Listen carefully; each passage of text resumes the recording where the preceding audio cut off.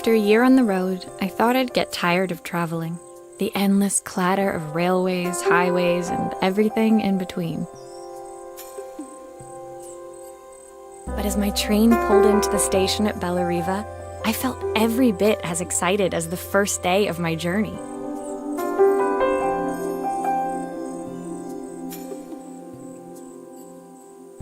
A whole year.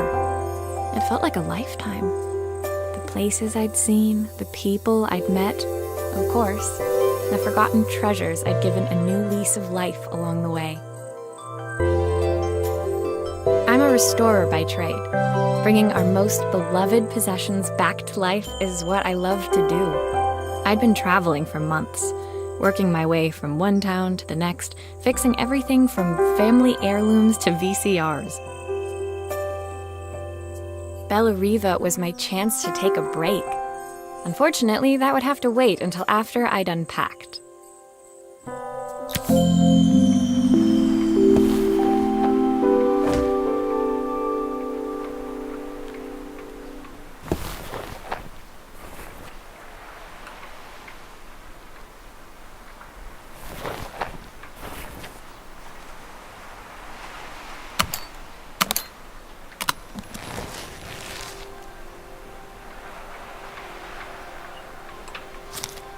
Who doesn't love a scrunchie? Practical and stylish. I picked up these sunglasses on my last stop. Hopefully I'm cool enough to pull them off. I saw a guitarist wearing these at a show once. Rock and roll repair woman, at your service. My favorite overalls. These will never go out of style.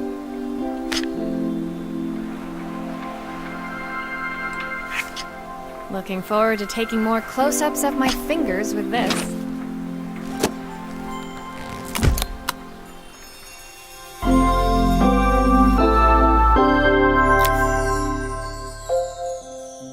Finally, I'd made it to Bellariva. I'd come for the food festival, taking place in a few days' time. After living off TV dinners and instant ramen for the last few months, I was craving a decent meal. Of course, I'd need to earn enough money to pay for it, so I figured I'd head out the next day and find some work. My parents never wanted me to go. They wanted me to stay in their shop and have a simple, stationary life. I knew there was a world out there, beyond the four walls of our antique store, that I had to be a part of.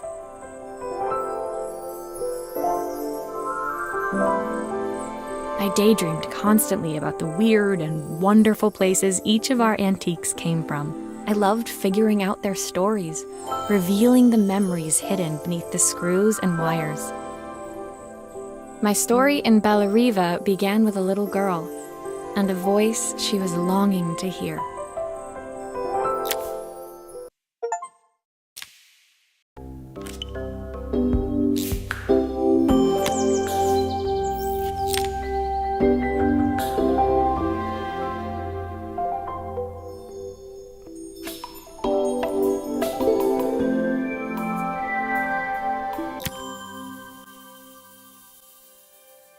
It was my first morning in Bellariva, and I couldn't wait to leave my hotel and explore. It was a quiet town, its streets and alleyways basking peacefully in the hot morning sun. In the main square, meanwhile, preparations were underway for the festival in a few days' time. As I handed out my flyers, I wondered what the people of Bellariva would need me to fix. So far, everything here seemed perfect. I was starting to worry I'd made a mistake when I felt someone tapping me on the back. Hi, I'm Izzy. Do you know how to fix things? It was a little girl, maybe 7 years old, who must have gotten hold of one of my flyers. She rummaged around in her backpack until she hauled out a battered red cassette deck. My tape is broken and I can't make it work anymore.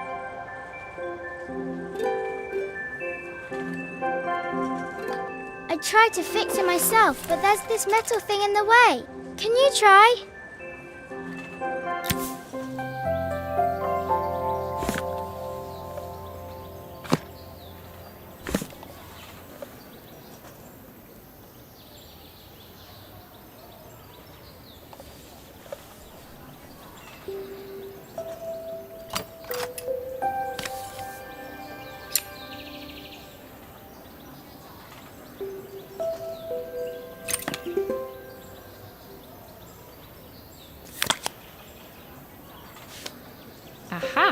Those batteries look like they need replacing.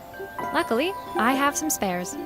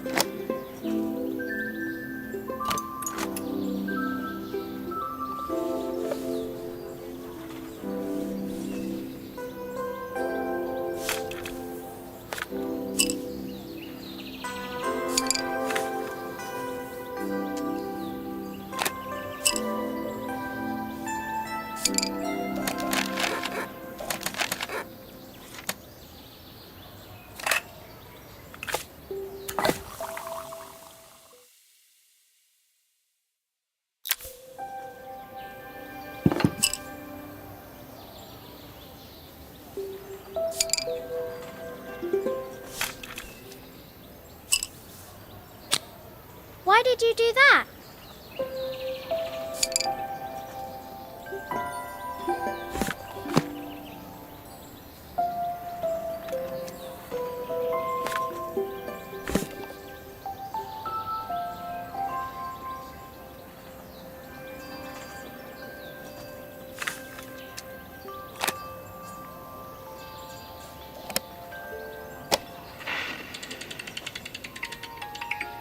Will you dream a dream for me if I sit by your side and hold you so tight? When it finished, Izzy picked up the tape deck and tucked it carefully into her backpack. Thanks, Maria. You're the best person at fixing things ever. No problem. Who was that singing? They're very good. It's my mum. She's not here anymore. Izzy trailed off. It was the kind of silence a cassette tape would never be enough to fill. When Izzy's friends called for her, she dug deep into her pockets, looking for something to pay me with. Eventually, she produced a grand total of a stick of gum, 3 mismatched buttons, and a yo-yo. I usually preferred a check, but Izzy looked so serious, I wrote out a full receipt. She seemed like a happy kid, but beneath it all, part of her life had been shattered. Part I wouldn't be able to fix.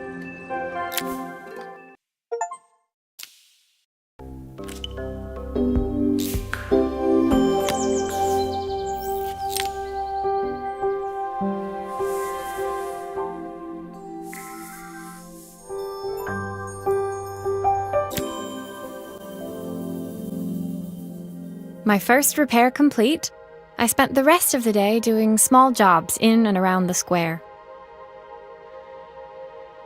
I was exhausted when I got back to my hotel and found a message asking me to make one more visit. The address led me to a quaint little house, a stone's throw from the beach. Bathed in the evening light, it looked beautiful, in spite of its flaking paintwork and chipped tiles. The front door was opened by a harried-looking man, still dressed from a long day at the office. Are you Maria? My name's Joseph. I'm Isabel's father. I'm so sorry she bothered you this morning. Please, come in. I'd like to settle up properly. On the mantelpiece, I saw the remains of a broken statue. Without thinking, I picked up a fragment.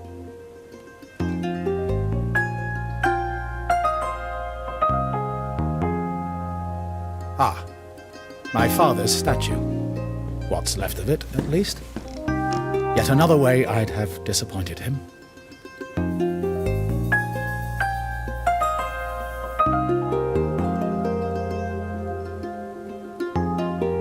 It survived 100 years in this family. But 5 minutes with Isabel and...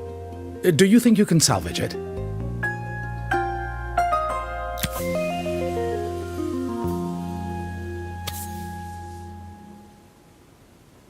Will you be able to see the glue afterwards? I don't want people seeing the cracks.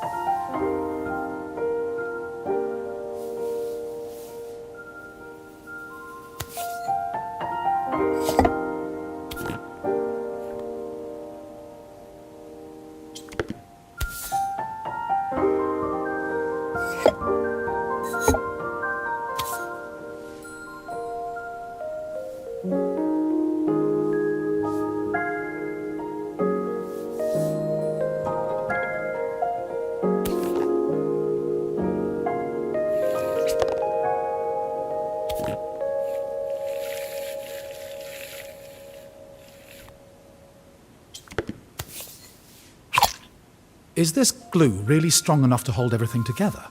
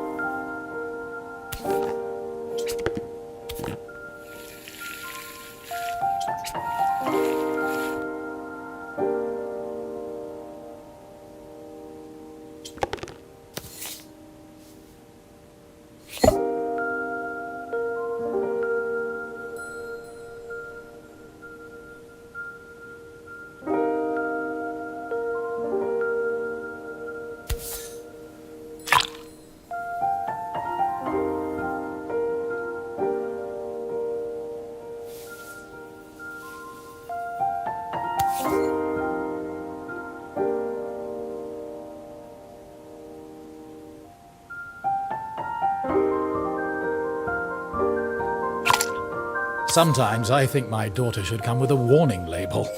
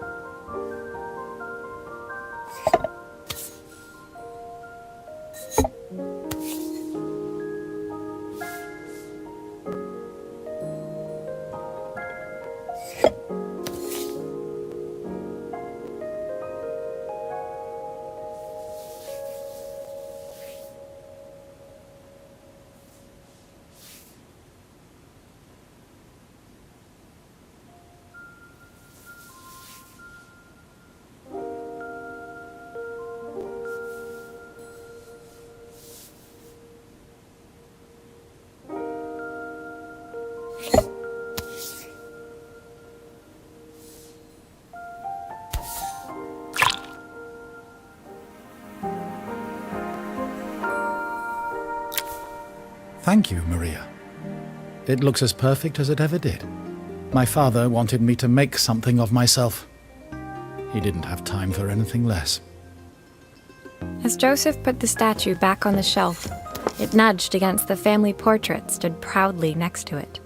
So he was Bellariva's mayor. And that was Izzy's mom. They must both miss her so much.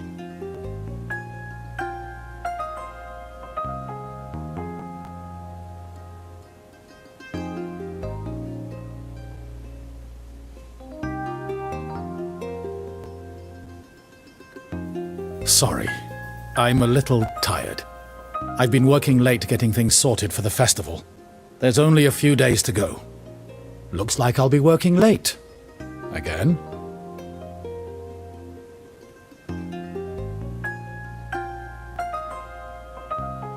When I told my parents I wanted to leave, they always found an excuse to be busy, to avoid talking about it. I guess keeping themselves occupied was their way of pretending it wasn't happening. Joseph's work must have been taking up so much of his time. But maybe that was what he wanted. I just hoped he was finding enough time for Izzy, too.